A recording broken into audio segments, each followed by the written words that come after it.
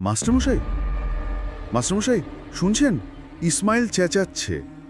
তো আজকে আমরা যে গল্পটা নিয়ে বসেছি, মানে পুরাতন হোস্টেলের রহস্য, সেটার একটা খুব ইন্টারেস্টিং অংশে ফোকাস করব। ভাবুন একবার সিনারিওটা। একটা বোর্ডিং স্কুল, বেশ পুরনো, আর সেখানকার একজন টিচার হলধরবাবু খুব টেনশনে আছেন। কেন? কারণ খবর এসছে ইসমাইল বলে একটা নতুন ছাত্র, সে কিনা ঢুকে পড়েছে স্কুলের সেই পুরনো হোস্টেল বিল্ডিংটায়, যেটা পরিত্যক্ত, আর লোকে বলে ভুতুড়ে।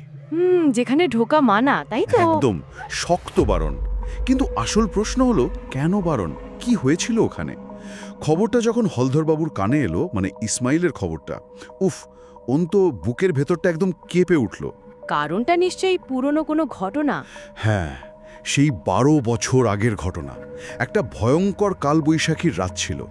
বাজ পড়েছিল সোজাসুজি ওই হোস্টেলটার ওপর। ওহ, শুধু বাজ পড়েনি, বিল্ডিংয়ের একটা দিক পুরো ভেঙে গেছিল।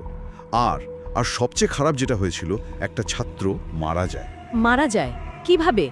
বাজ পড়ে? হ্যাঁ, শরীরটা মানে ভয়ঙ্করভাবে পুড়ে গিয়েছিল, পুরো ঝলসে গিয়েছিল। আচ্ছা আচ্ছা, তারপর? বিল্ডিংটা সারানো হয়নি। চেষ্টা তো হয়েছিল, কিন্তু যতবারই কাজ